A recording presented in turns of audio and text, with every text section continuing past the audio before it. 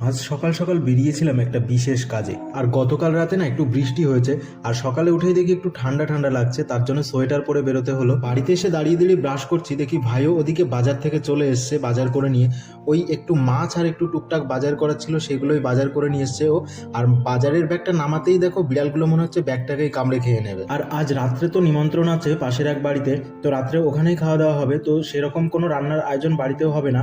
অনেকদিন ধরেই চুনো মাছ খাওয়া হয় না, তাই ভাই বাজার থেকে এই চুনো মাছগুলো নিয়ে এসছে। এগুলো খেতে কিন্তু খুব টেস্ট, আগেও একবার খেয়েছি। আর সাথে পালং শাক নিয়ে এসছে, মা ওই চুনো মাছ পালং শাক ডালের বড়ি দিয়ে রান্না করবে আজ। আর মাছটা এতটাই ছোট যে বাছতে অনেকটাই সময় লেগে গেল। তারপর মা বেছে ওই ধুয়ে নুন হলুদ এটার মধ্যে মাখিয়ে রান্নাটাও সেরে ফেললো। এই দেখো রান্নার পরে কিন্তু বেশ সুন্দর লাগছে দেখতে এটা। তো চলো, এবার তো আমার ডিউটির টাইম হয়ে গেছে। স্নান করে খাওয়া দাওয়া সেরে আমাকে আবার ডিউটি যেতে হবে, ট্রেন ধরতে হবে।